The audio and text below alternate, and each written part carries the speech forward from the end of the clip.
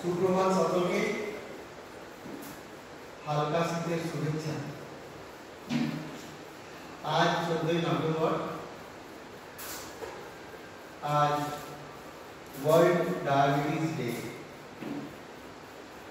Sir Frederick বেন্টিংয়ের আজ জন্মদিন। উনি ইনসুলিনের আবিষ্কারক, তাই ওনার জন্মদিনের শুভেচ্ছায় ওয়ার্ল্ড হেলথ অর্গানাইজেশন আজকের দিনটাকে ওয়ার্ল্ড ডায়াবেটিস ডে হিসাবে পালন করার সিদ্ধান্ত নিয়েছে। আমাদের মেডিলাইফ হসপিটালের তরফ থেকে আজ আমরা একটা ছোট্ট ডায়াবেটিস শিবিরের আয়োজন করেছি, একটা ছোট্ট আলোচনা ডায়াবেটিস। প্রথমে আমাদের জানতে হবে যে ডায়াবেটিস কি। ডায়াবেটিসের বাংলা মানে হচ্ছে মধুমেহ রোগ। মধুমেহ কেন হয়? আমাদের শরীরে প্যানক্রিয়াস বলে একটা বিশেষ গ্রন্থি আছে, যেখান থেকে ইনসুলিন বলে একটি হরমোন নিঃসরণ।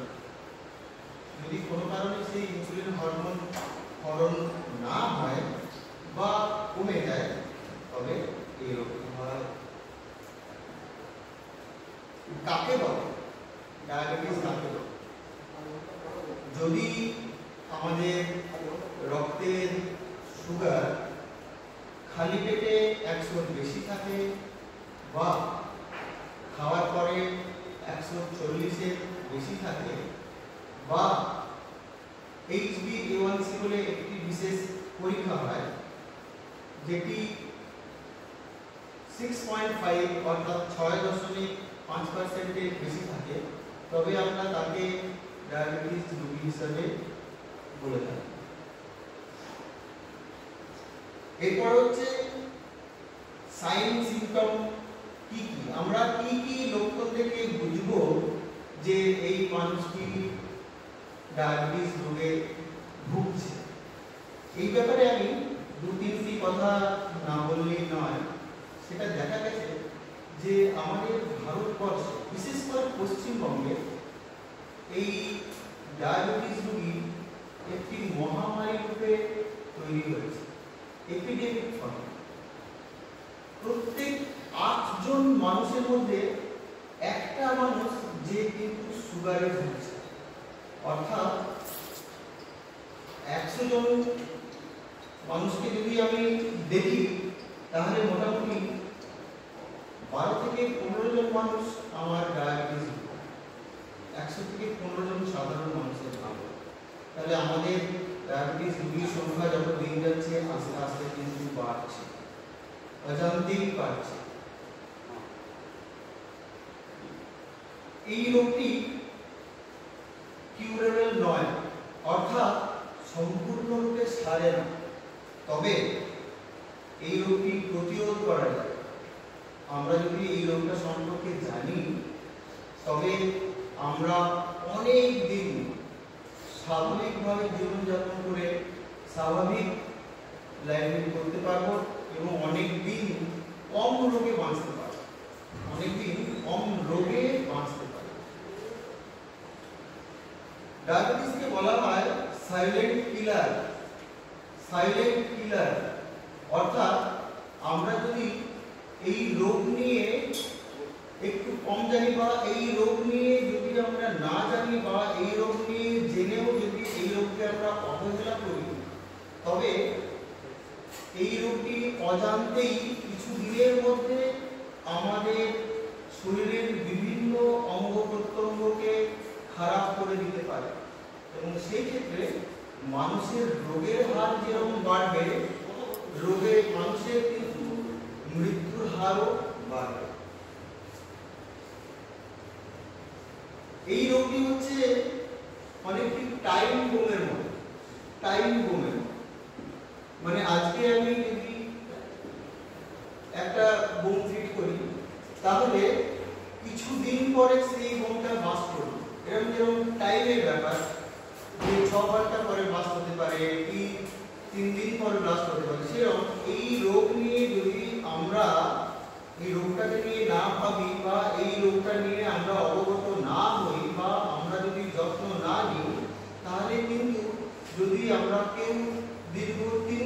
5 বছর এই রোগটা নিয়ে না ভাবি বা চিকিৎসা ঠিকঠাক না করি, তাহলে আমাদের শরীরে যে ভাইটালস অর্গানগুলো আছে, যে গুরুত্বপূর্ণ অঙ্গগুলো আছে, যেমন ব্রেন, যেমন হার্ট, যেমন লাংস, যেমন লিভার, যেমন কিডনি, যেমন নার্ভ, যেমন পা, যেমন হাত, প্রত্যেকটি অঙ্গ কিন্তু আমাদের দুর্বল হয়ে যেতে পারে, ফেল করে যেতে পারে এবং সেক্ষেত্রে মানুষের মৃত্যু পর্যন্ত হতে পারে। এর পরের কথা হচ্ছে যে সাইন সিম্পটম কি, আমরা কি দেখে বুঝবো ডাক্তারবাবু যে এই মানুষটার সুগার আছে বা সুগার হতে পারে? অনেক মানুষ অনেক রকম সাইন সিম্পটম নিয়ে আসতে পারে। আমি মাথা থেকে পা অবধি সব এক এক করে বলে দিই।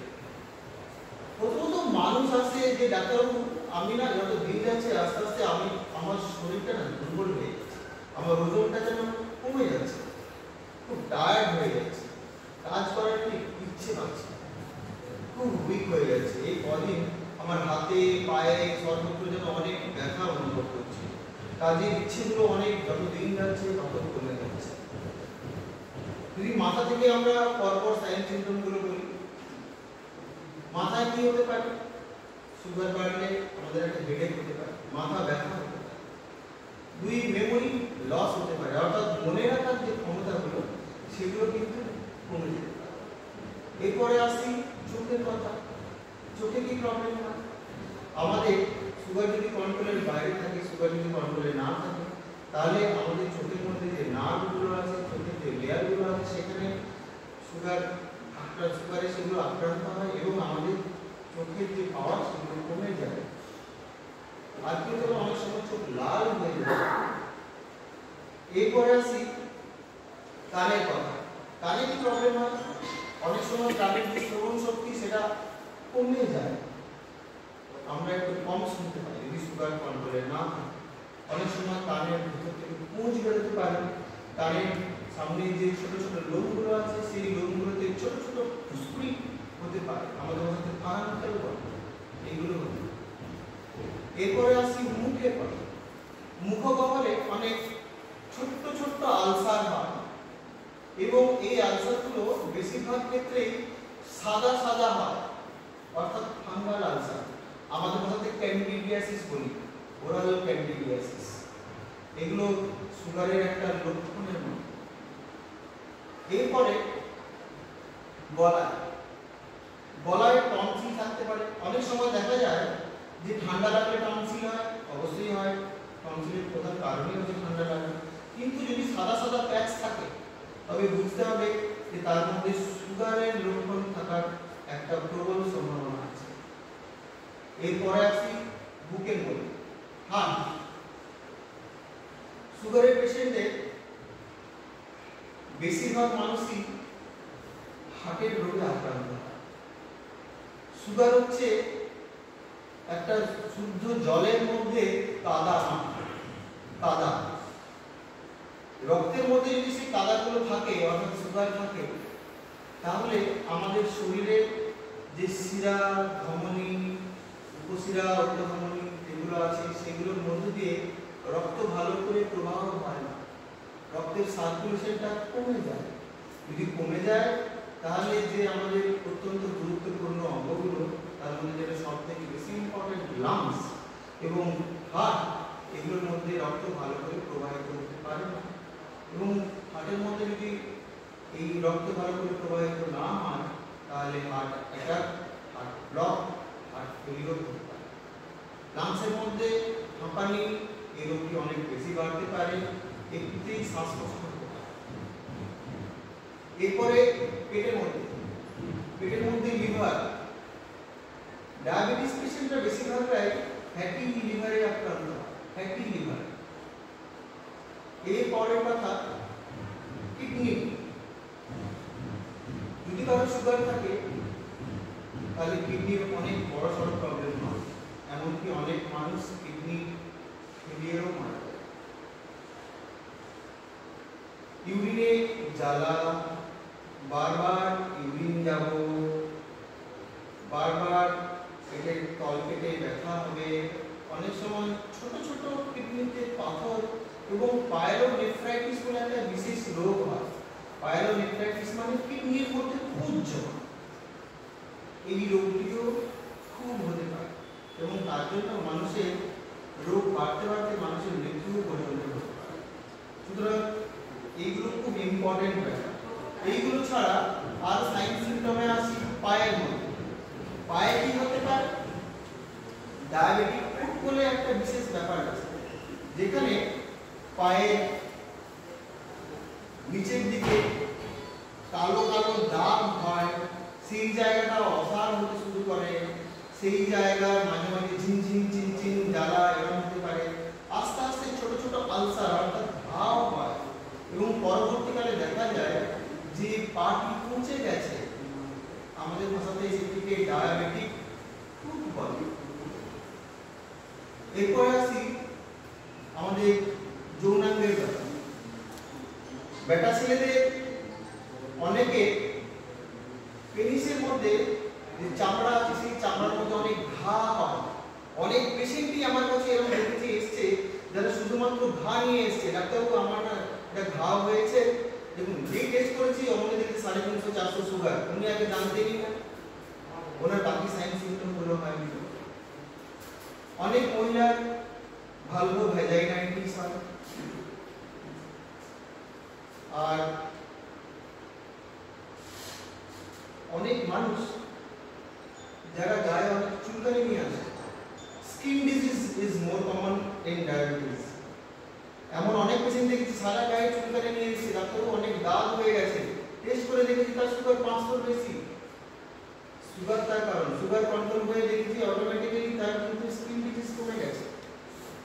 তো এই স্কিন ডিজিজ বিশেষ করে ছত্রাক ঘটিত ইনফেকশন, ফাঙ্গাল ইনফেকশন খুব কমন আমাদের এই সুগার।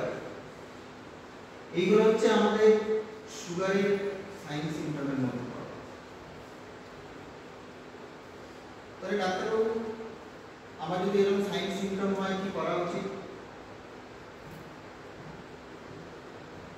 ফাস্টিং ব্লাড সুগার এবং পোস্ট প্র্যান্ডিয়াল ব্লাড সুগার, অর্থাৎ সকালে খালি পেটে রক্ত পরীক্ষা এবং পেট ভরে কিছু খাওয়ার 2 ঘন্টা পরে আরেকটি রক্ত পরীক্ষা প্রত্যেক মাসে একবার করে করা উচিত। প্রত্যেক মাসে একবার করে করা উচিত। Urine test, urine routine examination, শুধুমাত্র ইউরিন রুটিন এক্সামিনেশন করেও আমরা ডায়াবেটিসের অনেক লক্ষণ বুঝতে পারি। 3 মাসে অন্তত একবার ইউরিনটা টেস্ট করেন। যদি দেখা যায় যে ইউরিনে সুগার প্লাস আছে, বুঝতে হবে আমার সুগার আছে, সেই ক্ষেত্রে যত্ন নিতে হবে, আপনাকে ডাক্তারবাবুর সঙ্গে যোগাযোগ করতে হবে। প্রত্যেক 3 মাসে একবার লিপিড প্রোফাইল বলে একটা টেস্ট হয়, যেখানে কোলেস্টেরল, ট্রাইগ্লিসারাইড, এলডিএল এই সাবজেক্টগুলো জানতে পারবো, ইউরিয়া, ক্রিয়েটিনিন, কিডনি ফাংশন জানতে পারবো এবং HbA1c বলে একটা টেস্ট আমার লাস্ট 3 মাসে সুগার কতটা আছে তার একটা এভারেজ অর্থাৎ গড় আমরা জানতে পারবো। অনেক সময় বেশিরভাগ মানুষ ডাক্তারের কাছে পরীক্ষা করার আগের দিন হয়তো একদম কম খেয়েছে, তাহলে যদি কাল সুগারটা বেশি বেরিয়ে যায়, তার থেকে আজকে একটা রুটি একটু ডাল দিয়ে তাকে কাল সকালে সুগারটা কম পাবে, হয়তো দেখা গেল তার ফাস্টিং ব্লাড সুগার মাত্র 89। এটাতে আনন্দিত হওয়ার কিছু নেই। HbA1c করে দেখুন, যদি HbA1c 6 এর বেশি থাকে, 6 এর বেশি থাকে, তবে বুঝতে হবে আমি সুগারের কিছুটা হলেও আক্রান্ত। যদি 5.7 এর কম থাকে তবে গুড, আমার মধ্যে এখনো এই রোগটা ঢোকেনি। যদি 6.5 বা তার বেশি থাকে তবে উনি ডায়াবেটিক, অর্থাৎ উনি সুগার রোগে আক্রান্ত। তো 6 থেকে 6.5 এই রেঞ্জের মধ্যে যে পেশেন্টগুলো থাকবে তাদেরকে আমরা প্রি ডায়াবেটিক বলি, অর্থাৎ ওনারা যে কোনো মুহূর্তেই সুগার দ্বারা আক্রান্ত হতে পারে, ওনারা বলার লাইনে আছে। এগুলো টেস্টের মধ্যে। এরপরে হচ্ছে যে ডাক্তারবাবু কোন কোন ফ্যাক্টর যেগুলো আমাদের এই সুগারকে প্রভাবিত করে, সুগার হচ্ছে হয় কেন হয় সেই ব্যাপারগুলো। 1 নম্বর হচ্ছে ফ্যামিলি হিস্ট্রি। যদি কারো বাবা বা মায়ের সুগার থাকে তাহলে তার ছেলে বা মেয়ে সুগার হওয়ার সম্ভাবনা 50 to 70%, 50 থেকে 70%। তবে হবেই এই কথাটা একেবারে ভুল, এটা জেনে নাও। এরপর আসি ডায়েট, খাওয়া দাওয়া। এত কোন কোন বিশেষ খাবারগুলো খাওয়ার জন্য আমাদের সুগার বাড়ে? এরপর অ্যালকোহল, বিফোর বিড়ি, সিফর সিগারেট, বিফোর ড্রাগস। কিছু ওষুধ আছে যে ওষুধগুলো ওজন বাড়াতে হেল্প করে। অনেকে আছে ডাক্তারবাবু আমার অনেক পাতলা আছে, আমার একটু ওজন বাড়াতেই হবে। এছাড়া আরো অনেক বিভিন্ন রকমের ওষুধ, যে সমস্ত ওষুধগুলো ওজন বাড়ায় সেই সমস্ত পেশেন্টের ক্ষেত্রে সুগার হওয়ার একটা প্রবণতা থাকে। For excessive fat containing diet, যদি আমরা অতিরিক্ত চর্বি জাতীয় খাবার খাই, ডাক্তারবাবু আমি দুবেলাই মাংস খাই, ডাক্তারবাবু আমার সকালবেলা লুচি তরকারি ছাড়া ভালো লাগে না, ডাক্তারবাবু আমার রাত্রিবেলাতে দুটো পরোটা ছাড়া ভালো লাগে না, শুকনো রুটি খেতে ভালো লাগে না, ডাক্তারবাবু আমার সকালবেলাতে দু তিনটি ভাজা ছাড়া রুচি হয় না, ডাক্তারবাবু আমি বাইরেই খাই, সকালবেলাতে প্রত্যেকদিন চারটে খিচুড়ি খাই, রাত্রিবেলায় লুচি মাংস খাই। যারা অতিরিক্ত চর্বি জাতীয় খাবার খায় তাদের, যে সমস্ত মানুষরা অতিরিক্ত কার্বোহাইড্রেট জাতীয় খাবার খায়, ডাক্তারবাবু আমার সকালে একটা ভাত চাই, রাত্রিবেলা একটা ভাত চাই, কেন কি আমি অনেক কাজ করি সকাল থেকে রাত অবধি, আমার খেতে, ডাক্তারবাবু রাত্রিবেলা আমার দুটো মিষ্টি ছাড়া ঠিক মন ভরে না, ডাক্তারবাবু সকালবেলায় আমার জল খাবারে একটা লাড্ডু না হলে ভালো লাগে না। আমি বলবো যে সমস্ত মানুষদের সুগার আছে বা সুগার নেইও, তারা তাদের খাদ্যাভ্যাস সম্পর্কে একটু সচেতন হবে। এই সচেতন হওয়াটা খুব খুব খুব জরুরি। এর পরের কথা হচ্ছে অ্যাংজাইটি, চিন্তা ভাবনা। এরকম অনেক মানুষ আছেন যারা খায় খুব অল্প কিন্তু তাদের সুগার নেই, তাহলে ডাক্তারের মধ্যে সুগার বাড়ছে কেন? Anxiety is most common cause of diabetes. চিন্তা ভাবনা এটা সুগারের একটা বড় কারণ। রাত্রিবেলায় ঘুম হওয়া খুব জরুরি। রাত্রিবেলায় একটা মানুষের খুব কম করে 6 ঘন্টা খুব জরুরি। 6 ঘন্টার কমে যদি কারো ঘুম হয় তাহলে পরবর্তীকালে আমাদের শরীরে যে ইনসুলিন উৎপাদন সেটা আস্তে আস্তে কমে যায় এবং তার জন্য কিন্তু সুগার হতে পারে। এইগুলো ছাড়া হচ্ছে গিয়ে ওবেসিটি। অনেক মানুষ আছেন যারা তাদের ওজন কমাতেই পারেন না, ডাক্তারবাবু এর থেকে আর খাওয়া বন্ধ করে, ডাক্তারবাবু আর ওজন কমাতে পারেন না। দেখা যায় যে সেই সমস্ত মানুষরা কিন্তু যারা ওবেস অর্থাৎ যারা স্থূলকায়, তাদের ভুঁড়ি আছে, সেই সমস্ত মানুষরা কিন্তু অনেকাংশে এই সুগারে আক্রান্ত। ডাক্তারবাবু সমাধান আমরা তো জানলাম কি করে হয় না হয়, তাহলে সমাধান কি? ওষুধ খেতে হবে? আপনার কাছে এলে তো আপনি ওষুধ করবেন, খেতে হতে পারে। Medicine is not the solution, ওষুধটাই সমাধান না। কি করতে হবে? লাইফস্টাইল মডিফিকেশন, অর্থাৎ প্রত্যেক দিনের জীবনযাত্রার পরিবর্তন আমাদের সুগারের ক্ষেত্রেও খুব খুব খুব গুরুত্বপূর্ণ। কি করতে হবে স্যার? 1 নম্বর হচ্ছে প্রত্যেকদিন হাঁটা চলা করতে হবে। স্যার কতক্ষণ হাঁটবো? আমার তো সকালে ডিউটি থাকে 8টার সময়, প্রত্যেকদিন মাত্র 30 মিনিট হাঁটলেই যথেষ্ট, তবে একটু জোরে জোরে হাঁটা হচ্ছে। 30 মিনিট। ওয়ার্ল্ড হেলথ অর্গানাইজেশন বলছে 1 সপ্তাহে 150 মিনিট হাঁটলেই যথেষ্ট।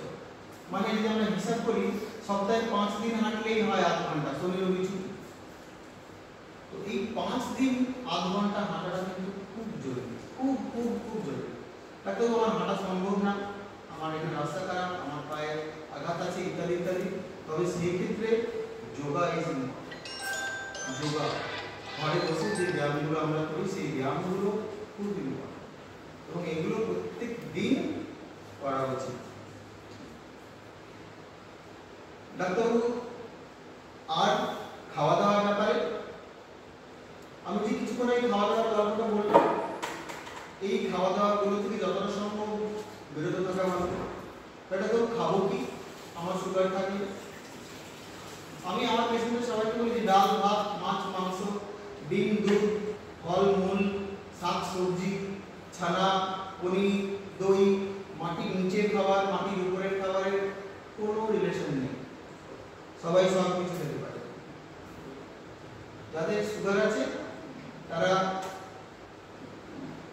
এরকম ছোট বাটি এক বাটি ভাত খেতে পারেন, আনন্দে খেতে পারেন। আনন্দে, যদি তার মনে হয় এটা তো পেট ভরে না, তাহলে শাকসবজি বেশি খেতে হবে। 2 কি 3 রকমের সবজি নিতে হবে, ডাল নিতে হবে, ডালের মধ্যে একটু সবজি মিশানো থাকবে। প্রত্যেকদিন 1 পিস করে মাছ বা 2 পিস করে মাংস বা 1 পিস করে ডিম এবং সাথে কোনো ফল, এগুলো নিয়ে আমাদের পেট ভরাতে হবে। আজকে মাংস রান্না ভালো হয়েছে বলে বেশি ভাত খাওয়া যাবে না, ভাতের পরিমাণটা নির্দিষ্টই থাকবে। রাত্রিবেলায় 3টে রুটি, জলখাবারে রুটি খেতে পারেন, মুড়ি খেতে পারেন সাধারণ ঘরের মানুষের। বিকেল বেলায় একটা যে কোনো ফল, যে ফল সহজে পাওয়া যায় হাতের কাছে, যে কোনো ফল একটা খাওয়া প্রতিদিন হবে। ডাক্তারবাবু আপেল যে মিষ্টি, আপেল খাওয়া যেতে পারে, মিষ্টি ফল খাওয়া যেতে পারে, চোখ বন্ধ করে খাওয়া যেতে পারে। প্রত্যেকদিন আমরা একটা করে ফল গ্রহণ করতে পারি। এই ফলগুলো খেলে খুব একটা সুগার বাড়ে না। এই ফলের মধ্যে না অ্যান্টিঅক্সিডেন্ট বলে এক বিশেষ জিনিস আছে, যেটা আমাদের শরীরের রক্তের অনাক্রম্যতা বৃদ্ধিতে সাহায্য করে, ইমিউনিটি বাড়াতে সাহায্য করে। সুতরাং ফল খাওয়া খুব দরকার। ডায়াবেটিস পেশেন্টদের অনেক প্রোটিন লস হয়, সেই জন্য হাই প্রোটিন ডায়েট খাওয়াটা খুব জরুরি। মাছ, মাংস, ডিম, দুধ, ছানা খাওয়া খুব জরুরি। অনেকের ধারণা আছে মাছ মাংস খেলেই তাদের সুগার বেড়ে যায়, কিন্তু এটা একেবারে ভুল ধারণা। মাছ মাংস খাওয়ার জন্য তারও সুগার বাড়ে, কিন্তু মাছ মাংস যেদিন হয় সেদিন যদি কেউ বেশি করে ভাত বা রুটি খায় তাহলে কিন্তু সুগার বাড়ার সম্ভাবনা আছে। এরপরে আসি মেডিসিন, ওষুধ ডাক্তারবাবু লিখবেন। ডাক্তারবাবু যেটা মনে করবেন ওই পেশেন্টকে দেখে যে উনি কোন ওষুধটা দিলে ওনার এই রোগটি খুব তাড়াতাড়ি কমে যায়, উনি সেই ওষুধগুলো দেবেন। এরপর আমি একটা ছোট্ট কথা বলি, যে ব্যাপারটা খুব কম লোকজন বলে, সেটা হচ্ছে হাইপোগ্লাইসেমিক অ্যাওয়ারনেস। এটা আপনারা তো একটু ভালো করে জানুন। সেটা হচ্ছে যে ডাক্তারবাবু সবাই তো সুগারের ওষুধ দেয়, যদি সুগার কমে যায়, কিন্তু সুগার কমে গেলে কিন্তু অনেক ক্ষতি হতে পারে। কারো সুগার 400 হলে তার কিন্তু চট করে ক্ষতি হবে না, কিন্তু কারো যদি সুগার কমে 50-40 হয়ে যায়, সেই পেশেন্টটা মারা যেতে পারে পর্যন্ত হঠাৎ করে। সুতরাং সুগার কমে যাওয়াটা আমাদের কাছে সব থেকে বেশি ভয়ঙ্কর, সুগার বেড়ে যাওয়াটা নয়। যে কোনো পেশেন্টকে আপনারা যারা আজকে আমরা এখানে আছি অন্তত বা আপনাদের জানাশোনা লোকজনকে এটা বলবেন, সুগারের ওষুধ তো খেতে হবে, নিশ্চয়ই খেতে হবে, কিন্তু যদি কোনো বিশেষ দিনে আমাদের উপোস থাকে বা আমাদের আজ খাওয়ার কোনো ইচ্ছে নেই, সকাল থেকে জ্বর আছে, বা ডাক্তারবাবু আজ আমার পেট খারাপ ছিল বলে পাতলা পায়খানার জন্য আমার খাওয়ার একেবারে অনিচ্ছা, সেই বিশেষ দিনগুলোতে যেদিন আমরা খাবার খাবো না বা কম খাবো, সেই বিশেষ দিনগুলোতে সুগারের ওষুধ না খাওয়াই ভালো। এটা আমার অনুরোধ, এটা আপনারা খুব ভালো করে মন দিয়ে এই জিনিসটা একটু ভাববেন। এরপরে হচ্ছে যে আমরা কি করে বুঝবো ডাক্তারবাবু যে আমার সুগার কমছে? সত্যি তো আমি তো সুগারের ওষুধ খাই, আমি কি করে বুঝবো যে আমার সুগারের ওষুধ কমছে, সুগার কমছে? যদি হঠাৎ করে দেখা যায় যে আমাদের হঠাৎ করে ঘাম হচ্ছে, জিভটা যেন টানছে, বুক ধড়ফড় করছে, মাথা ঘুরছে, অস্থির অস্থির লাগছে, তখন আমাকে বুঝতে হবে আমার হয়তো সুগারটা নর্মালের থেকে কমছে। সেক্ষেত্রে ইমিডিয়েট সুগারটা চেক করুন, চেক করে ডাক্তারবাবুর সাথে পরামর্শ।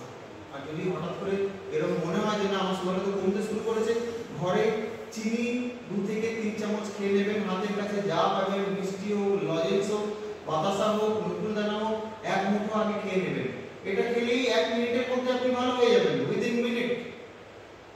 তারপরে সুগারটা কেন কমে গেল সেটার জন্য ডাক্তারবাবুর সাথে পরামর্শ। এরপরে আসছি, এই যে আমরা আলোচনা করলাম, এই আলোচনার উদ্দেশ্য হচ্ছে নো ডায়াবেটিস, আমাদের সুগার নিয়ে কিছু জানা, আর এর যে লক্ষণগুলো এবং তার যে ক্ষতিকারক দিকগুলো আছে সেই দিকগুলো সম্পর্কে জানা। আমার মনে হয়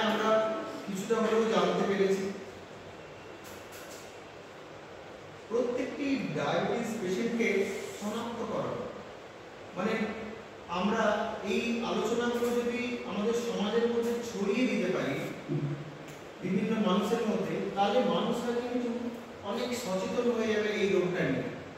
এই রোগটা নিয়ে সচেতন হলেই কিন্তু এই রোগটাকে প্রতিরোধ করা সব থেকে বেশি সহজ। তাদের বোঝাতে হবে যে তুমি নিজেকে যত্ন নাও, যে সমস্ত খাওয়া দাওয়াগুলো না করা উচিত সেগুলো তাকে বোঝানো, তার লাইফস্টাইল কেমন আছে সেটাকে চেঞ্জ করা, তবেই কিন্তু এই সুগার ওই মানুষটা থেকে দূরে সরে যাবে। শুধুমাত্র ওষুধ নয় এই রোগটার সমাধান, লাইফস্টাইলকে মডিফাই করাটা সব থেকে বেশি ইম্পর্টেন্ট। প্রত্যেক দিনের জীবনযাত্রার পরিবর্তন সব থেকে বেশি গুরুত্বপূর্ণ। ওজন কমাতে হবে, সুতরাং ওজন কমানো এটা আজকের মেসেজ। হেলদি খাবার খেতে হবে। হেলদি খাবার মানে টাটকা শাকসবজি, ফলমূল, কম তেল, ঘি, চর্বি জাতীয় খাবার এবং কম কার্বোহাইড্রেট অর্থাৎ শর্করা জাতীয় খাবার আমাদের।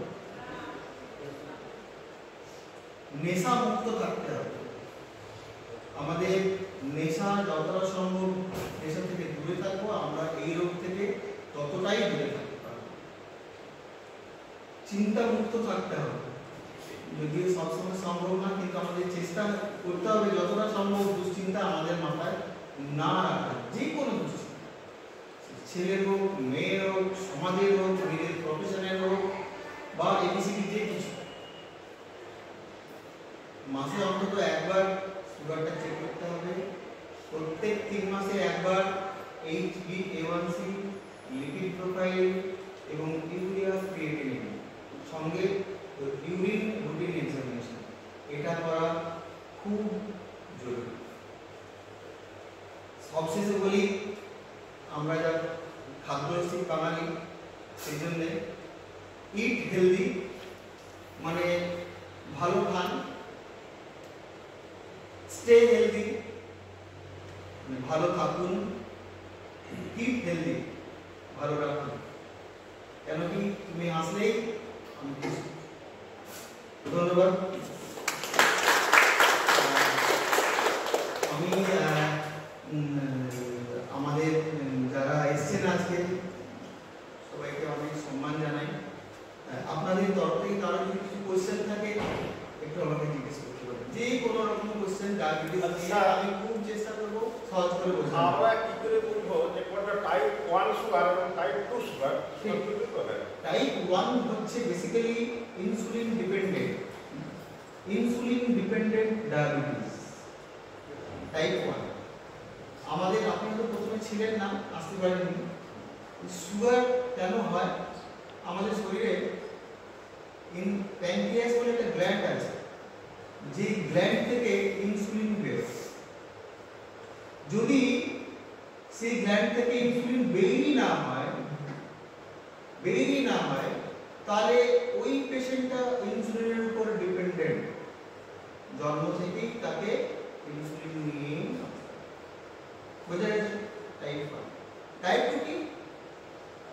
ওর শরীর থেকে ইনসুলিন বের হয়, কিন্তু যতটা বের হয় ততটা সাফিসিয়েন্ট নয়, যথেষ্ট নয়। মানে বাইরে থেকে কোনো ওষুধ দিতে হবে যাতে ওর ইনসুলিন সিক্রেশন বাড়ে, বা ওনাকে মাঝে মাঝে কোনো রকমের ইনসুলিন দিতে হবে। কেমন? সেটা হচ্ছে টাইপ 2। এছাড়া অনেক রকমের ডায়াবেটিস আছে, যেমন জেস্টেশনাল ডায়াবেটিস। ওই মাটার আগে সুগার ছিল না, যেই ওই মাটা প্রেগনেন্ট হয়েছে তখন দেখা যাচ্ছে তার সুগার তৈরি হয়েছে, বা তার আগে থেকেই সুগার ছিল, ওই মাটা প্রেগনেন্ট হয়েছে এখন ওই মাটা, তাদের ক্ষেত্রে ইনসুলিন ইজ দ্য ট্রিটমেন্ট। আর কি কোশ্চেন আমি বোঝাতে পেরেছি? আর বলুন, যে কোনো রকমের কোশ্চেন, ছোট ছোট যে কিছু হতে পারে। আমি মনে হয় অনেক কিছু কভার করে রেখেছি, মানে আমার কাছে এত মানুষ এত কোশ্চেন করে যে ডাক্তারবাবু মিষ্টি ফল খাওয়া যায় কিনা, আমি তার অ্যান্সার দেওয়ার চেষ্টা। ডাক্তারবাবু মাটির নিচে জিনিস খাওয়া যায়, আলু ডাক্তারবাবু আলু খাবো কিনা? আমরা যদি ভাত খেতে পারি তাহলে আলু খেতে কি দোষ? মানে আমরা যদি ভাত খেতে পারি, ভাত খেলেও তো সুগার বাড়বে, দুধ খেতে পারি, তাহলে আলু খেতে কি দোষ? ঠিক কি না? কিন্তু বাঙালিরা এত বেশি আলু ভক্ত, আজ আলু পোস্ত, কাল আলু ভাজা, পরশু আলু পোস্ত, ডাক্তারবাবু উচ্ছে ভাজা আলু ছাড়া হয় না, ডাক্তারবাবু ভেন্ডি তরকারি আলু না দিলে হয়, পটল আলুর তরকারি হয়, পটলের তরকারি হয় না। তো আমরা যা কিছুই হোক আলু ছাড়া হয় না। সেই জন্যে আমাদের মতে, এবং আলুতে অনেক বেশি কার্বোহাইড্রেট থাকে, আলু খাওয়ার জন্য সুগার বাড়ে না, কিন্তু ডেলি খাওয়া যাবে না, ডেলি না খাওয়াই ভালো। সপ্তাহে আপনি একদিন বা দুদিন খান, যেদিন মাংস হয় আলু দিয়ে খেলেন কোনো অসুবিধা নেই, বা মাংস আলু ভাজা খেলেন কোনো অসুবিধা নেই, কিন্তু প্রত্যেক দিন আলুটা কম খাওয়া ভালো, কম খাওয়া ভালো। মাটির নিচে খাওয়ার থেকে সুগার বাড়ে, ওই কথাটা অনেকাংশেই ভুল।